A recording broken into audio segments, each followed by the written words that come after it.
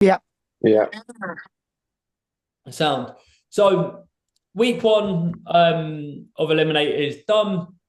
7 more weeks to go. And obviously, when we come into dieting and we come into sort of trying to focus on ourselves to make a little bit of progress, everybody is coming from different positions. Some of you are coming from overeating and not being in control of your diet, having a fantastic summer, drinking too much, and you come back into the diet and it feels sometimes maybe like a little bit of a dropping through. Some of you have come from going out, eating takeaways all the time over summer, eating last minute because you've been on the go with the kids, etc. And then you come into Eliminate, and all of a sudden you feel that you're getting more food. So dieting and how everyone's feeling is going to feel different for everyone. These first couple of weeks, I'm just going to mute. There we go. It's going to feel different for everyone. But over the next sort of couple of weeks, the principles of dieting are going to remain the same, right? My job is to get you guys into a calorie deficit that you can sort of sustain. I'm not a believer of the word find a sustainable diet, because the whole point of a diet, right, is or sustain a sustainable calorie deficit, right? The whole point of a calorie deficit is to give your body less energy than it needs, right? So why would you want that to be sustainable? I'm a big believer of get in and get out. No one wants to be in a sustainable energy deficit, right? You want to get into your diet, maximize your energy whilst in that diet, and then get out of it. And I'm a big believer of that. But all the principles I teach you over these calls and on Eliminate are to, one, help you stick to it, two, help you maximize your energy levels whilst on it, three, make sure you understand that at times it will be hard, it will be tough, you will be tired, you will be hungry, but give you the tools in order to combat that or maximize your energy levels through that. And then hopefully after Eliminate, you feel you've got the tools to to keep the weight off that you've lost. Some of you obviously will go on big benders over summer and put the weight back on and come back to another Eliminate. Some of you will want to go into the one-to-one coaching to further your progress. This can all be discussed later down the line, but I just like to sort of explain to you why I'm doing the things that I'm doing, because I give you calorie targets, I give you step targets, etc., etc. But I want you to understand why you're doing it. And when I say, like in my promotion of Eliminate, there's nothing held back. There's no secrets, right? There's genuinely not. I will teach you everything that I know or everything that you ask, because I don't feel there's any point in holding anything back. The more you understand it, the more likely you are to stick to it. So when I'm going through these calls, please do ask questions. Please do feel that, like, if something's not being explained correctly, just ask for further explanation. It's like when you go into your finance meetings and they start talking in three-letter words, IFC, FSE, FCA, all of this stuff. And you're like, what the hell does that mean, right?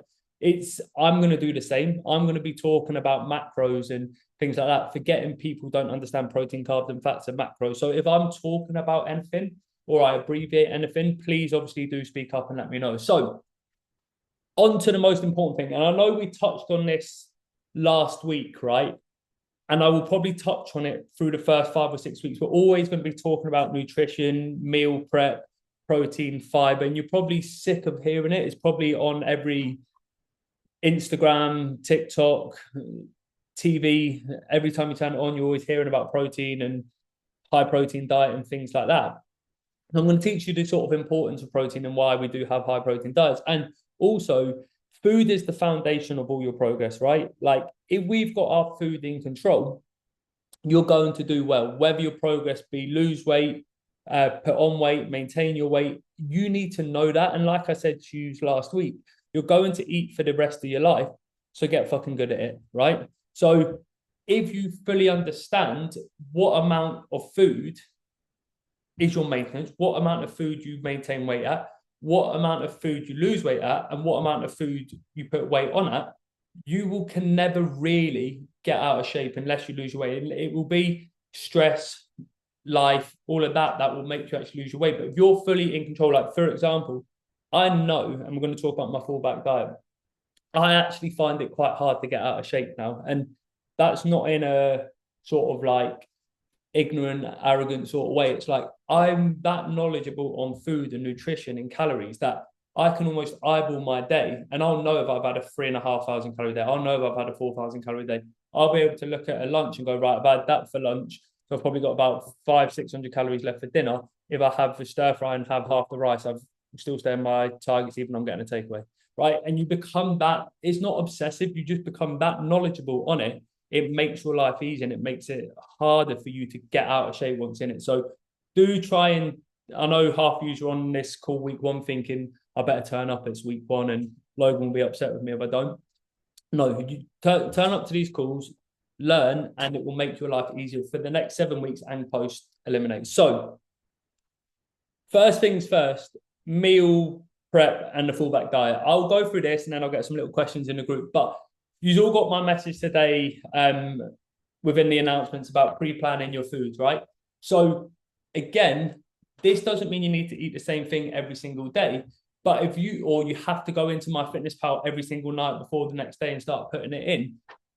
But during your first couple of weeks, you will be creating new meals. You will be getting a feel for what food you like. You'll see people posting ideas in the group. And the reason I, again, didn't big up loads of people sharing new recipes, or I sort of shot them down a little bit, is because I want you to actually do the opposite. I want you to make your life easier and have less food in rotation until you feel in control. So for anyone who's been following me on social media for a while, you'll know I'll always post my fajitas and my stir fries when I'm back from a holiday or back from a meal prep, and it's showing that I'm straight back onto my diet, right? So in my head, I know that like when I come back from holiday, or I'm starting a diet, or I'm starting to get into things, I'm going to the shop, I'm going to buy my chicken, I'm going to buy my peppers, I'm going to buy my Mediterranean veg, I'm going to buy my mince, and I'm going to buy my stir fry stuff. So I know that I've used them meals 1,000 times, so that like I've got them saved into MyFitnessPal. So I can literally go into my phone now, go to tomorrow, go to my meals, chicken fajita lunch, my meals, stir fry dinner. Again, I have protein porridge. Again, I can go in there and I can change it. And I'll explain the fullback diet in a minute.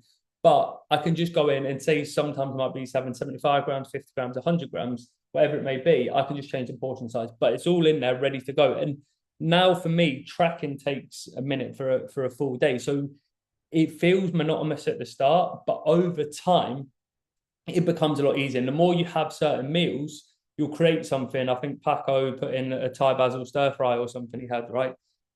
Pick on the only Thai kid to bring up a Thai basil stir fry. Racial abuse, Paco, report me. But you're getting picked on today, aren't you? It wasn't actually me, to be fair. Is it not? You did comment. Right.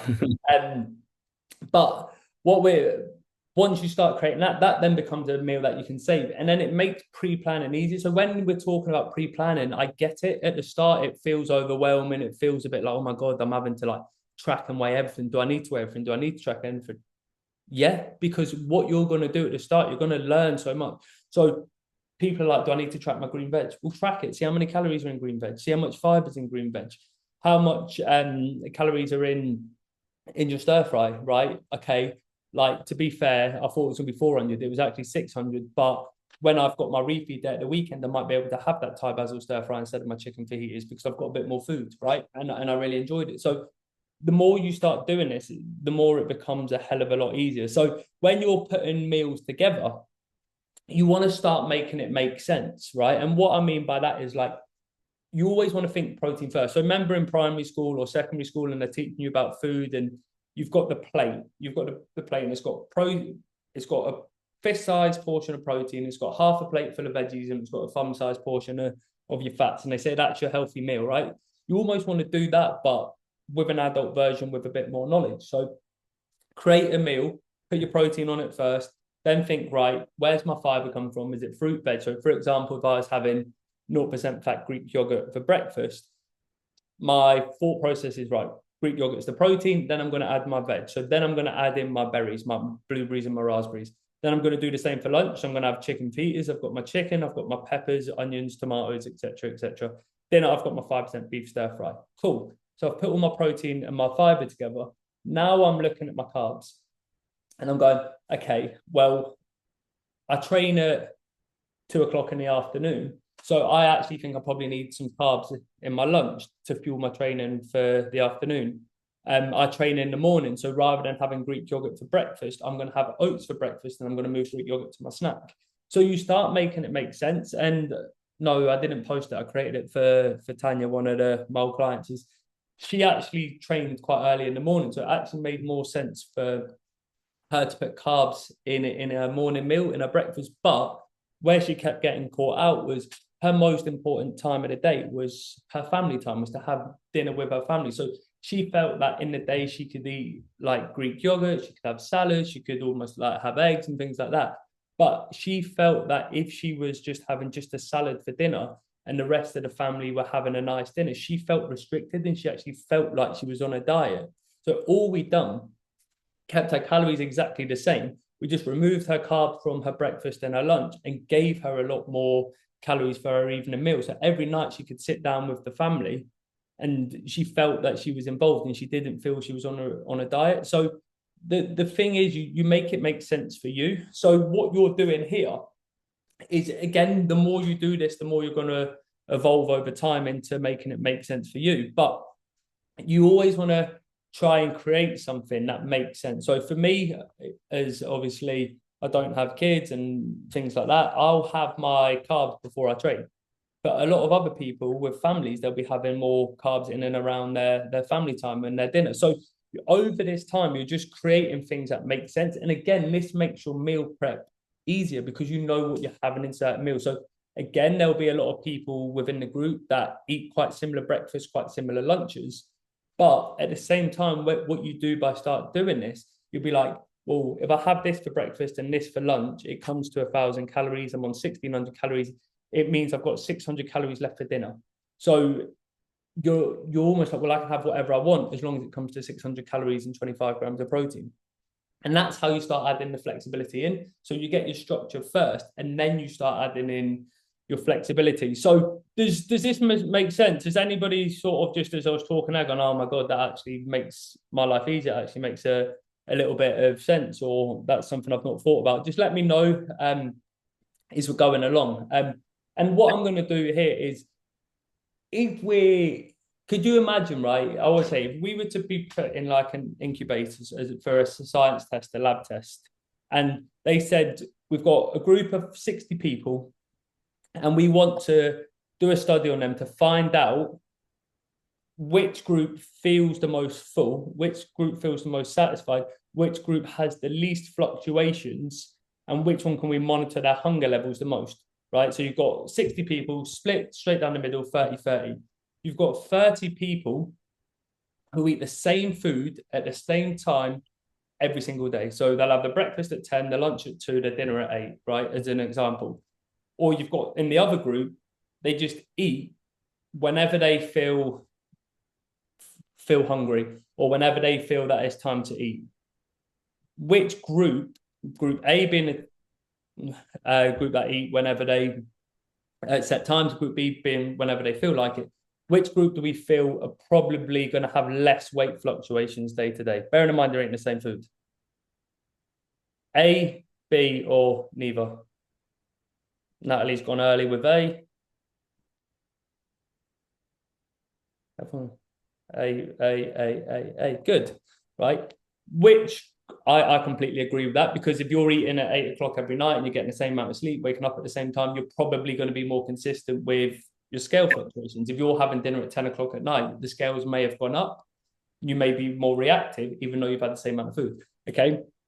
Same thing with if you've got the same group and we're trying to monitor hunger levels, we're trying to monitor when they get hungry. Is it between breakfast? Is it between lunch? Is it between dinner? Do you think the group that eat at the same time, the same meals every day, are going to find themselves more able to understand when they find themselves hungry, or the group that eat random meals at random times? A being the group that are consistent, or B being the group that are inconsistent?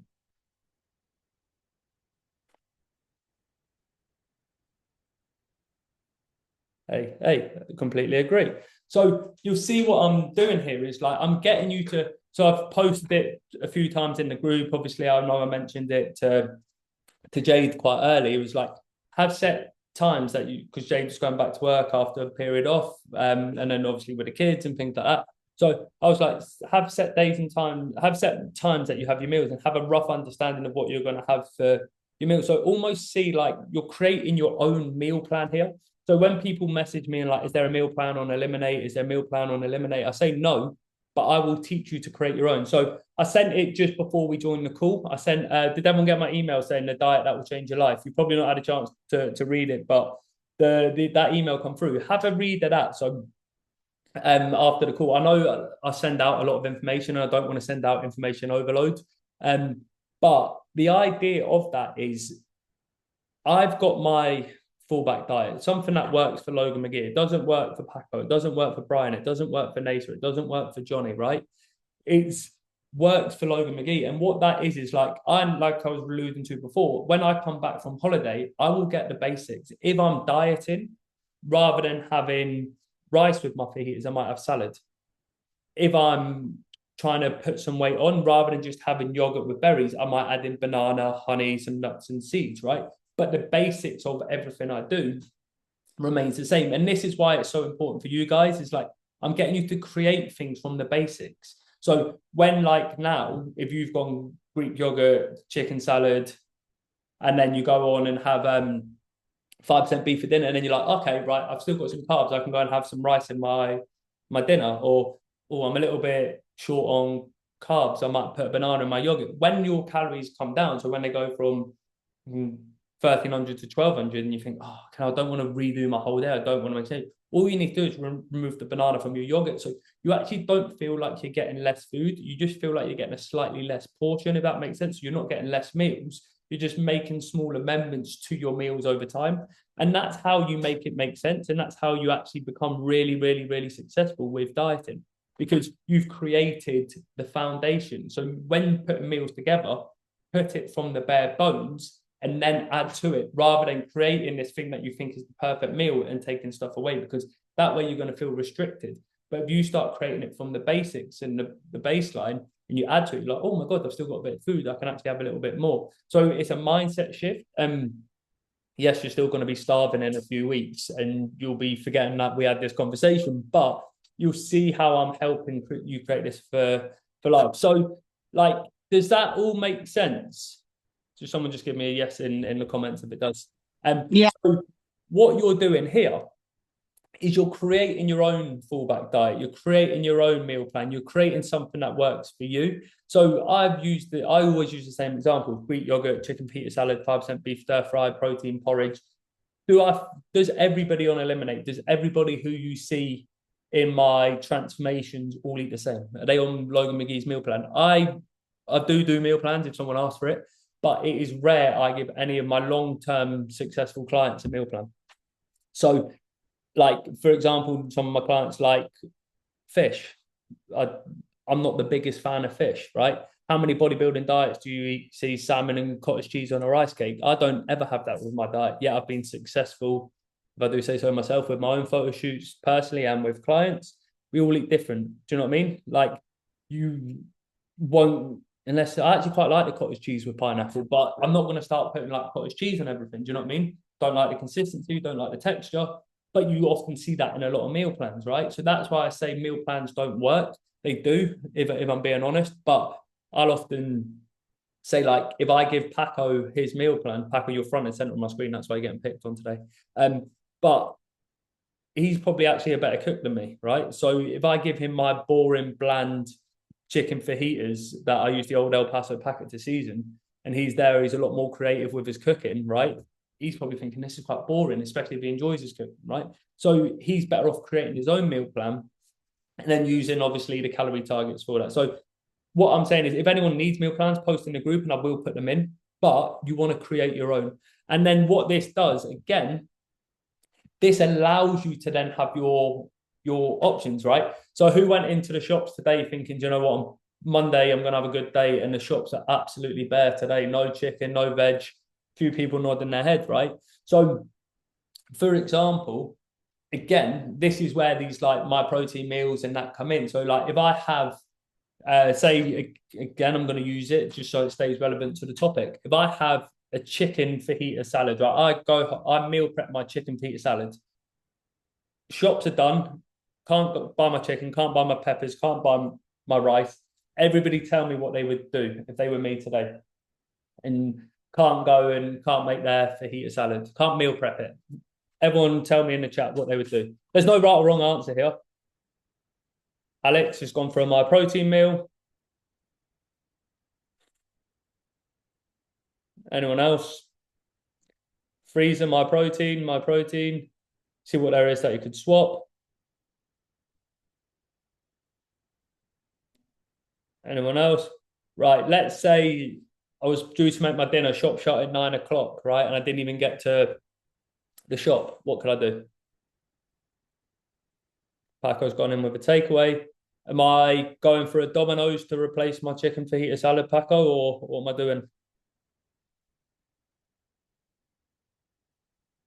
There we go. Nasa, that's something I do. Maybe I actually stole that off you off the last Eliminate. Feel free to put the questions. Eggs on toast, not wrong. Eggs, tuna and rice. Yeah, I'm agreeing with all of these. Today I went to Taste or True, whatever it's called, and I bought a chicken fajita wrap. Got Mexican chicken and I had a wrap.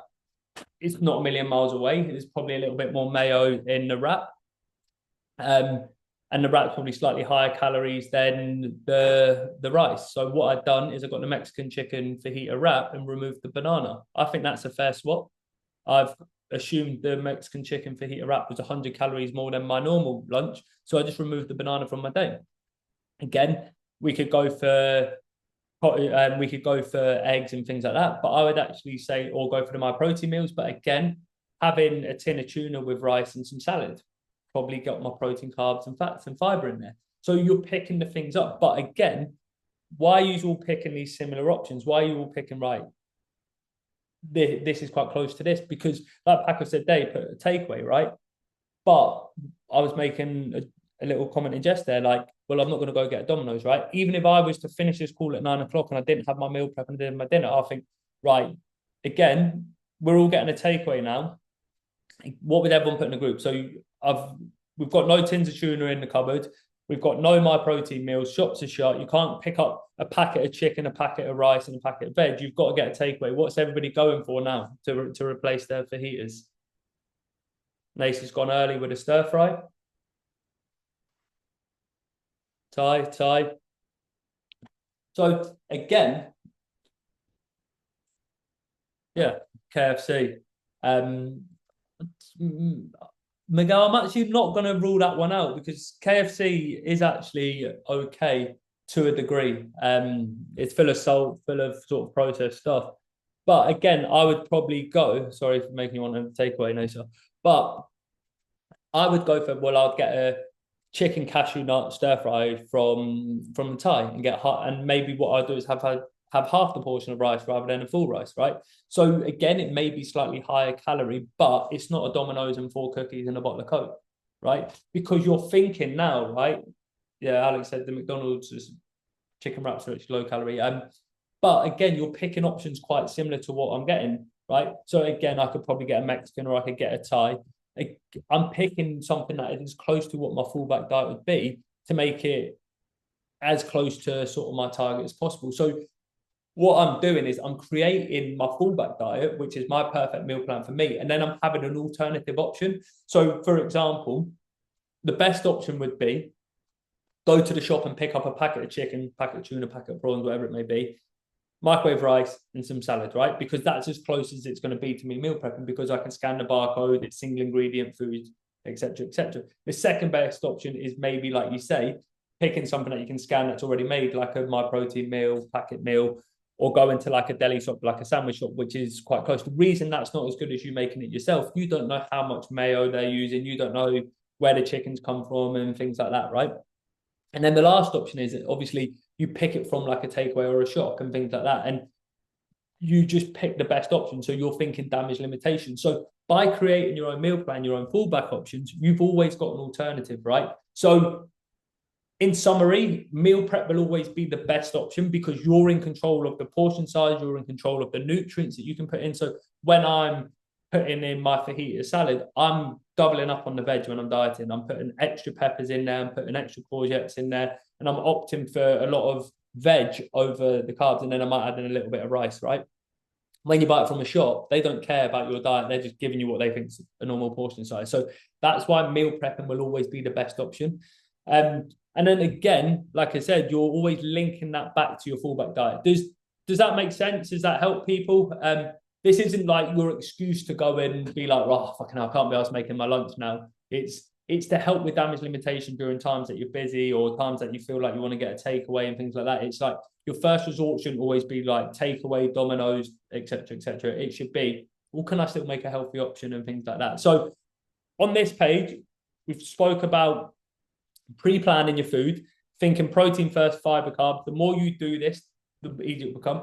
You're making it make sense to you. So a lot of people say put carbs in before you train, but if it makes more sense for you to have more calories for your dinner, you do that. Again, whilst learning, and if you're someone who gets a little bit upset with weight fluctuations and things like that, try and keep things simple, even if you're having different meals at different days. So let's just say you're having chicken fajitas today, then you're having a tuna salad tomorrow, right? At least if you've got similar meals at similar times, e.g. 10 o'clock, 2 o'clock, 8 o'clock, whatever it may be, you can find out when you're hungry. And if you find out you're hungry between lunch and dinner and you know you can have a bowl of yogurt or a Coke Zero to tide you over, then you can start putting that in. I know I've got a little bit of a sweet tooth after dinner, right? So I used to have yogurt quite early in the day, but now when I diet, I actually move that to after my dinner so that like I'll have my dinner a little bit earlier.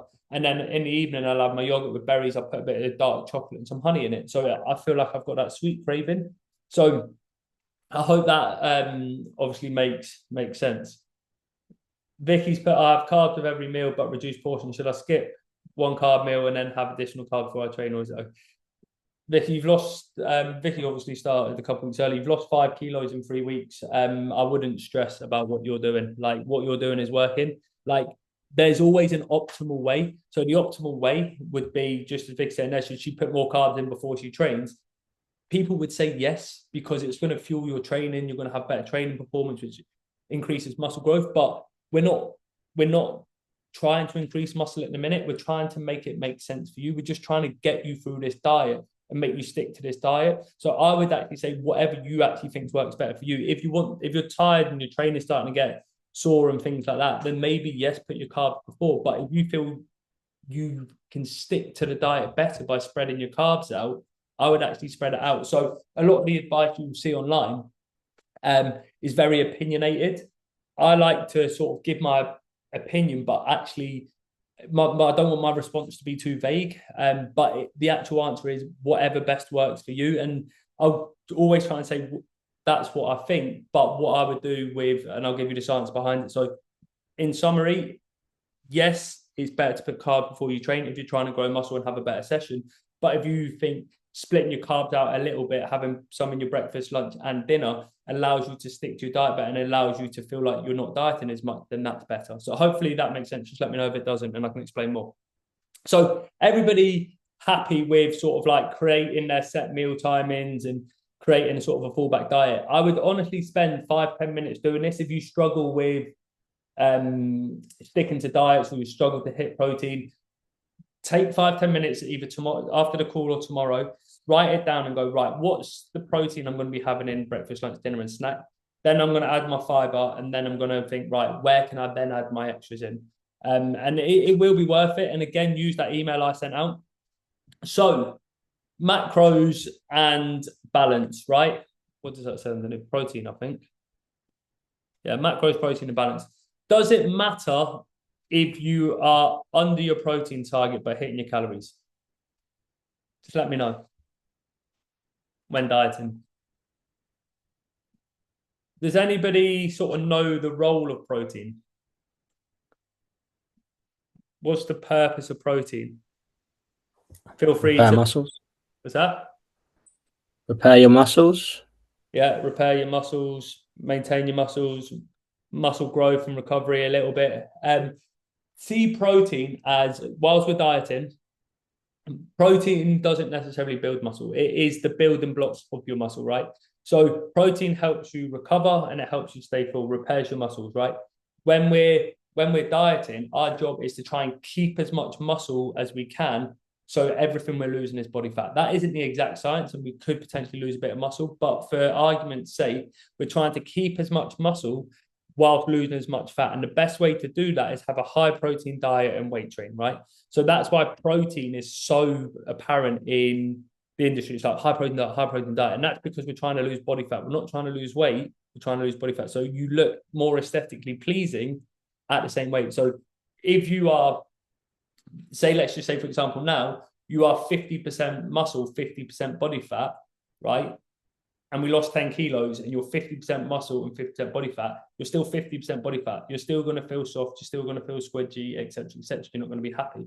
If you keep as much muscle as you possibly can whilst dieting, and that becomes 60, 40, 70, 30 in the favor of muscle, 80, 20, and below 20% body fat, you're going to start feeling a lot better. You're going to start feeling aesthetically better. You're not going to care about the scales as much. So that's why we keep a high protein diet, right? So does it matter if you're under your protein and hit your target? To a degree, no. But yes, because we want to make sure you're hitting your protein, you're keeping as much muscle. Also, protein keeps you full, right? And when you're dieting, the two things you want are to keep your muscle and to keep full. So that is why protein is so important, right? If you're slightly under and you're within 10%, don't stress too much. Just try and hit it. Like Ryan said the other week, see protein as a bullseye. If you throw a dart and you miss the bullseye, but you're still close, you're still going to get points on the board. That's a good sort of analogy to use. But yes, do try and hit your protein. Protein also, being a bit wanky here, sorry for my language as well. The thermogenic effect of food, right?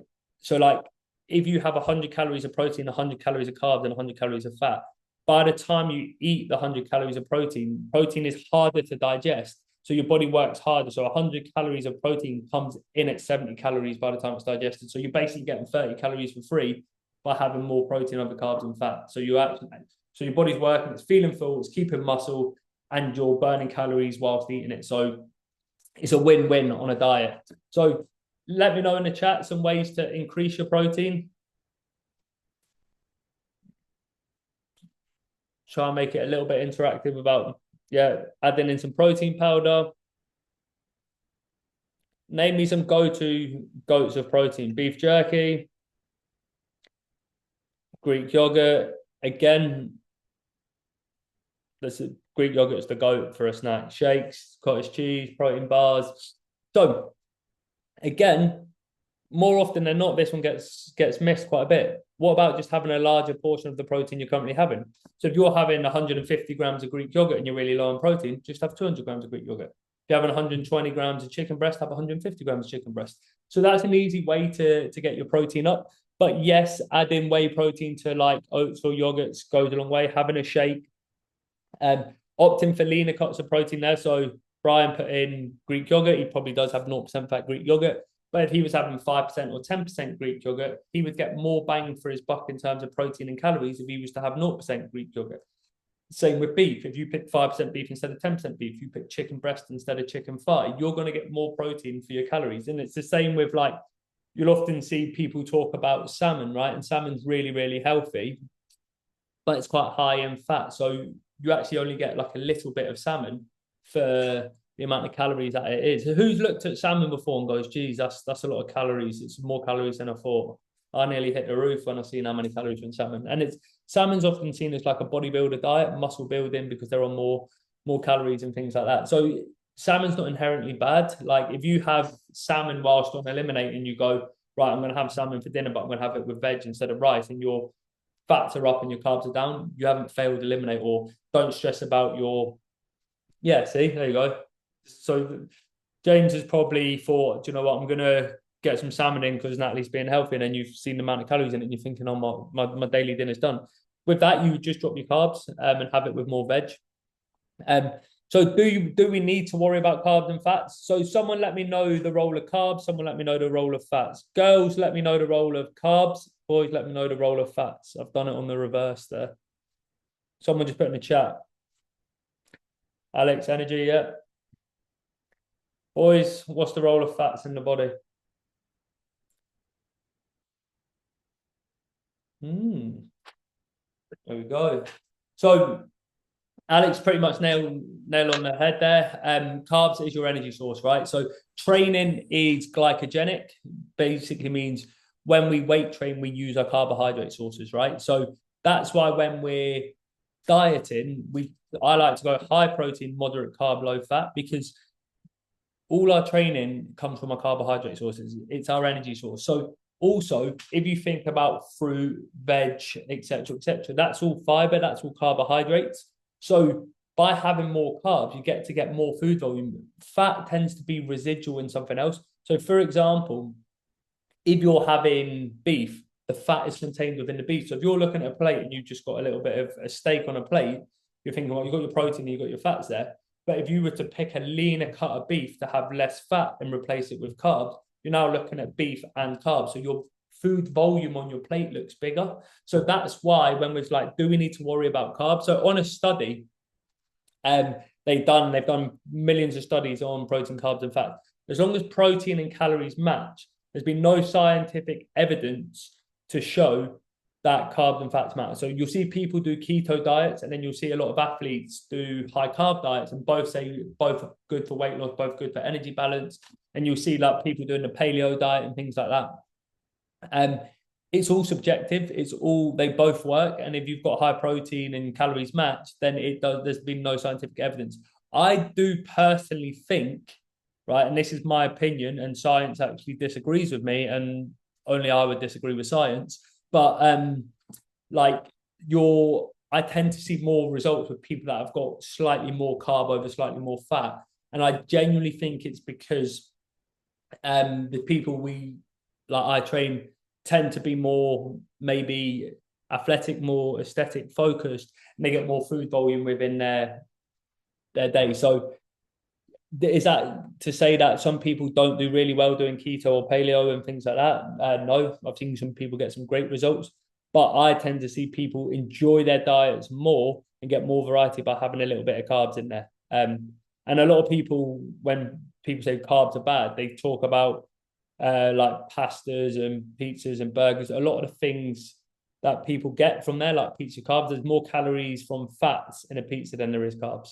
So that's why people just demonize carbs, but it's actually the fat within them foods that actually give it the more calories. So, in summary, if you're having salmon over cod, it's not going to affect your diet. Do you know what I mean?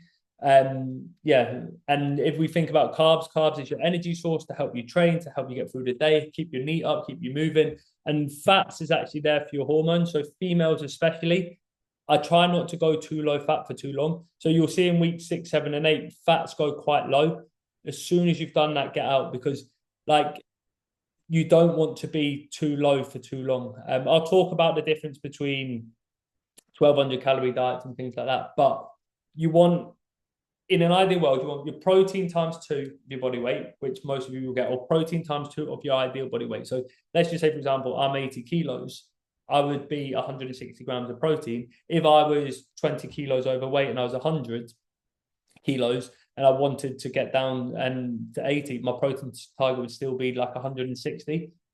So it would be like 1.6 something body weight, in and around that. And then you want your fats from 0.5 to 1%. 0.5, so if you're 60 kilos, you'd probably maybe go at 30. If you dip down to 25 grams, you would want to get out of that after 3-4 weeks. You wouldn't want to keep it there, because that's when people struggle with their period. So girls that have been on like 1,200 calorie, 1,300 calorie diets for sustained periods of time, that's when they do lose their periods.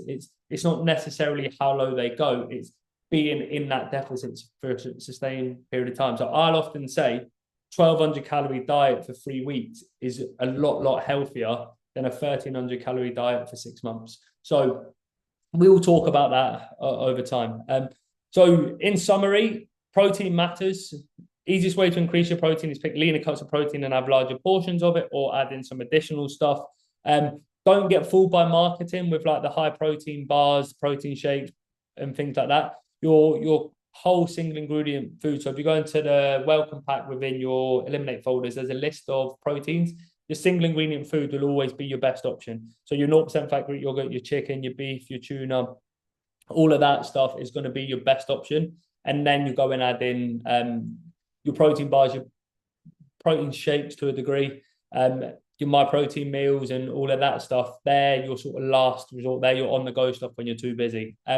So you want to be getting 80% of your stuff from whole nutrient dense food. So if we think of this, right, if you're on 1,400 calories, right, a day, if we're talking 20%, 140, 280, that's 280 calories of your day should come from non-nutrient dense food. So people think 80-20 and they absolutely abuse that 20%. If you think only 280 calories of your day is to come from non-nutrient dense food, you can see how quick that can add up. And if you think about weekends, you're nowhere near that 80-20. You're definitely 50-50, 60-40 maybe if you're trying to be good. So when it comes to the 80-20 rule, it is a sprinkle of chocolate. It is a sprinkle of your favorite food. Do you know what I mean? Going and hammering loads of takeaways and loads of non-nutrient dense food isn't 20%. So that's why what often I'll do is like give this, and this goes to my one-to-one clients as well, is I'll often give them like the same split that you've got on Eliminate, where you've got sort of 5-6 days of dieting and then one refeed day.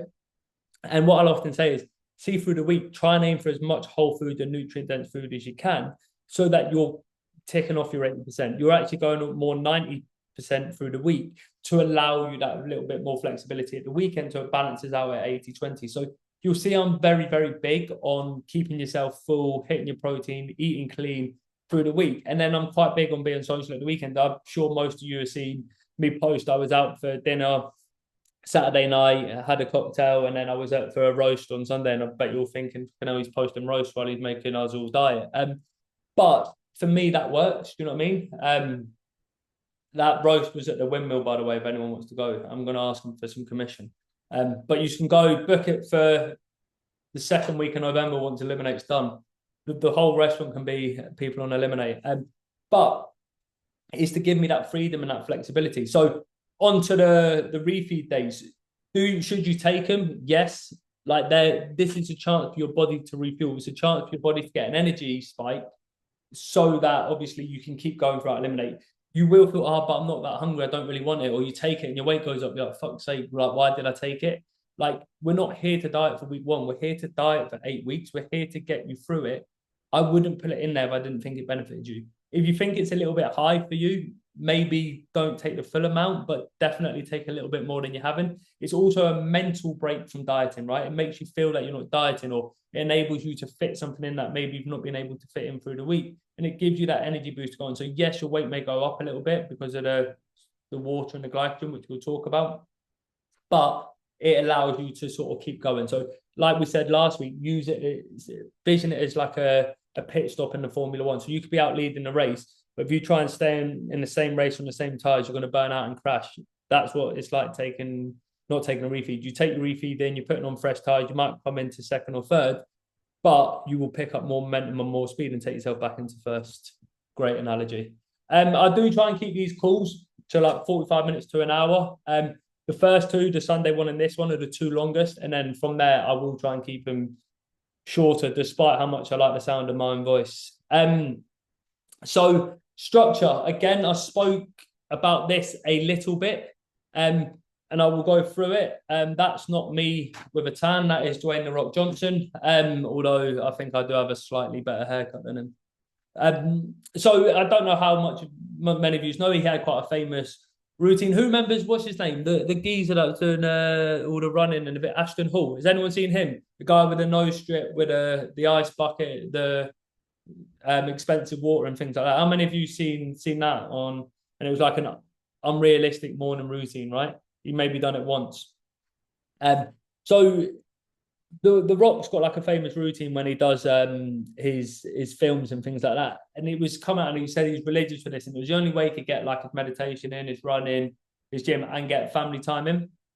And why structure works, right, is if, let me pick someone else. Nason messages me and goes, "Logan, are you free for a coffee on Tuesday?" And I can go, "Nason, I go gym on a Tuesday, but I don't on a Wednesday. You free, right?" So you can start picking what days work for you, and then you can start making things work. So you always pick in an ideal world, right? So you go, right, I'm going to train Monday, Tuesday, Wednesday, rest Thursday, train Friday, right?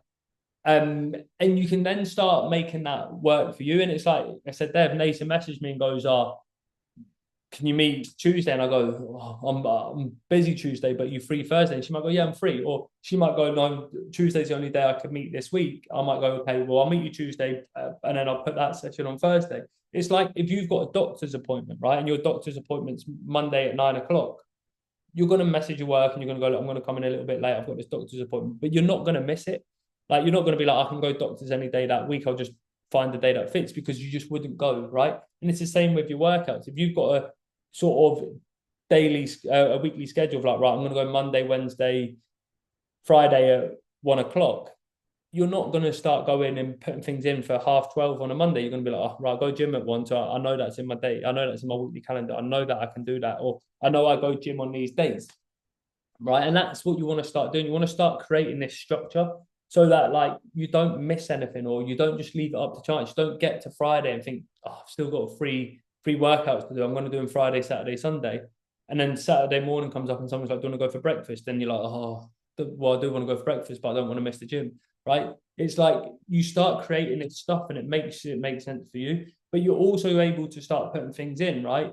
So you're able to look at like your rest days. So I'm actually a bad person to follow, right? Because I just like training and I enjoy training and I don't take enough rest days, right?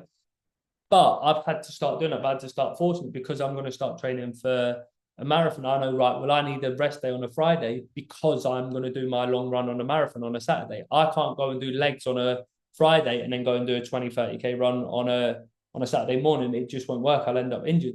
So by creating your week of what days you're working out, you're also creating what days your rest days are. And same as me when I played football, and I was training Tuesday, Thursday, playing Saturday.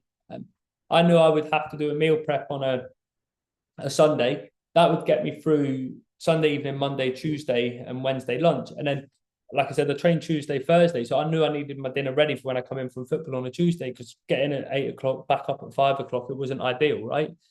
But also that allowed me to go, right, I've got that gap on Wednesday. I can make a few more meals for Wednesday evening, Thursday evening, and Friday lunch, right? So you can start looking at your week, and I'll put it in the group later, where you're like, right, my ideal week is, right, these are the days I work out. That forces me to take rest on that day. That makes sense to make my meal prep on that day, right? And it all becomes realistic within your lifestyle. And it's the same with when you're looking at this, you can then start setting yourself realistic targets that match up with your lifestyle, right? So you're thinking, right, I've joined ELIMIN8. I want to do 12,000 steps a day. I was doing 10,000, or I want to do 4 workouts a week, right? And I think one of the girls may have been, I'm not going to dig the name out, but one of the girls plays a lot of hockey. So I want to do 4 workouts. And all of a sudden she started thinking, well, I've got training here. I've got a match here. It doesn't make sense for me to do the 4-day workout. I'm going to do a 3-day workout. And then if I've got a day where I don't have a week, I might do the bonus glute workout, right? So that week she can get 4 in. But she's rather than going 4 and feeling like she's doing underachieving by doing 3, she's like, well, I'll do 3. Then if I get the spare time, I'll do the 4. So she feels like she's overachieving, right? Because you can look at your day and go, right, realistic targets. Again, Nasa put it in the group. She's studying for exams, trying to diet and try and actually have a little bit of a social life. She has to be so structured, right? So when I worked in an office, yeah. So I'm wasting an hour of your study time here, Nasa, aren't I? But when I worked in an office, I used to get up, go for a walk in the morning, go to work, read a little bit for an hour, do my study cards, go to work, go to the gym on lunch, because it used to, I felt like the gym on lunch was my little break from studying, work, gym on lunch, come back, do a little bit of study, stay for an hour, do some study cards that I'd learned from that day, go for a walk, and then I'd get up and back the next day. It was so structured and so studied, but it worked. It managed to get in shape for every holiday, still managed to pass every exam. I must have been sitting next to someone clever who I could copy. But it worked for me. And that's why I say to people like Mira's studying at the minute, and I'm like to her, you need to get up and you need to get walking in the morning, right? She's not a morning person. But I said to her, like, you want to gym on lunch, you want to do study in the evenings, your only time to get up and get your steps in is to go for a walk.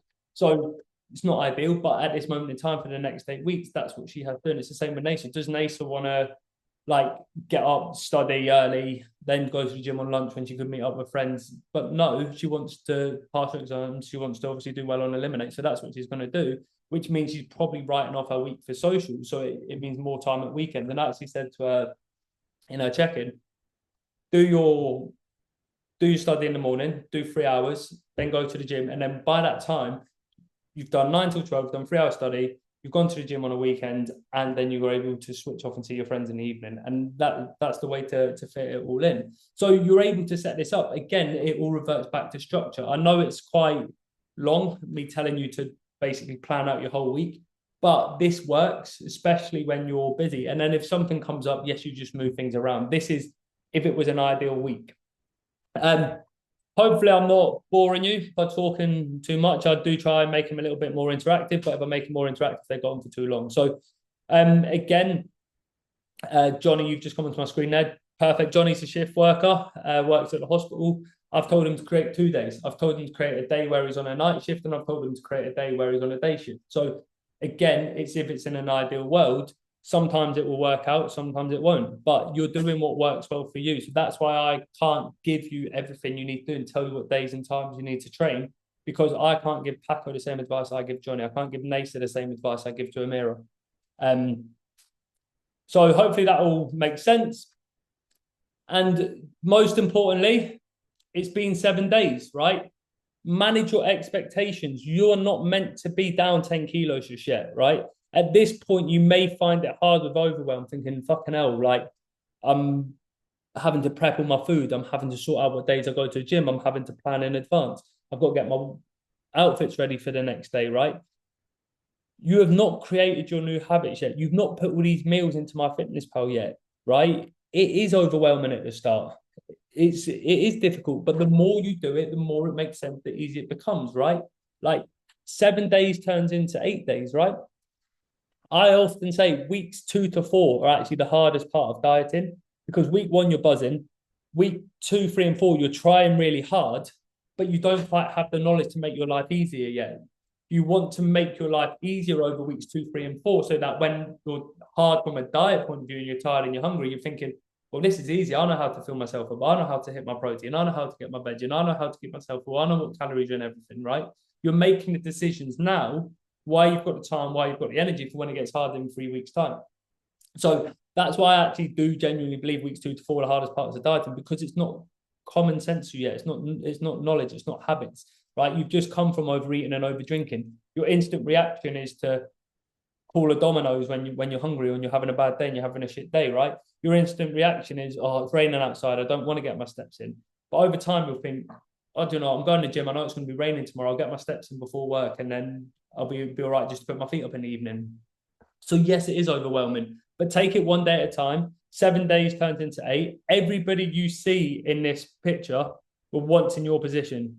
Everyone you see was started, didn't know where to start, lost, needed their routine back, needed their structure back, needed to start at day one to get to day 8, right? Use it on day 8. Some incredible transformations there. Now on to my favorite thing, this week's challenge. I've changed the name of it. I don't know if anyone's noticed yet, and I'm going to give Amira credit. She wants to put all the names with an 8 in it for Eliminate for the 8 weeks. So it's called Rate My Plate. So just give her the credit. She'll probably watch this back if she can hear me. So again, I've just put an Instagram post out on this. Calorie counting isn't restriction, it's direction.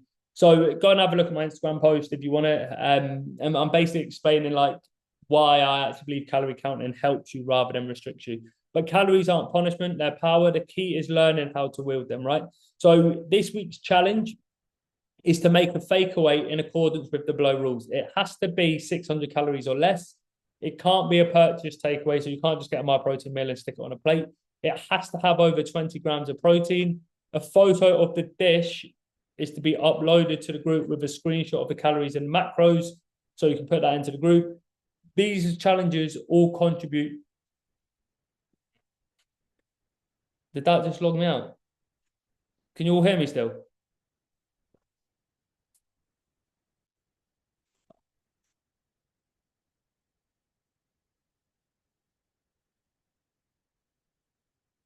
Can you all still hear me? Someone just give me a nod. Where did that cut me out? We all good? Yeah, I can hear you. Yeah. So I'm not sure where I lost out there. Did I just get to the rules?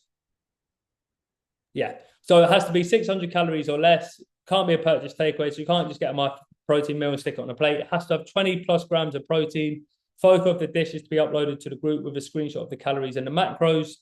And all these challenges will contribute to the overall end prize, which is someone's going to win a 3 months coaching or their money back. And last but not least, does anyone have any questions for me? It's just logged me out, so I'm not sure I've got the chat. No, I've got the chat. Put questions in the group. But if not, get yourself stuck in. Keep things simple. See what you're capable of. It is going to feel overwhelming at first, but believe in yourself and keep going. Encourage one another. Anyone got any questions for me regarding meal prep, protein, anything at all? Sorry, Logan, just one, I suppose. If you need your protein, is it okay to have a protein shake before bed? Because I don't. Obviously, I train like early in the morning. Yeah. Just a normal protein shake before bed, just up that. Yeah, there's no.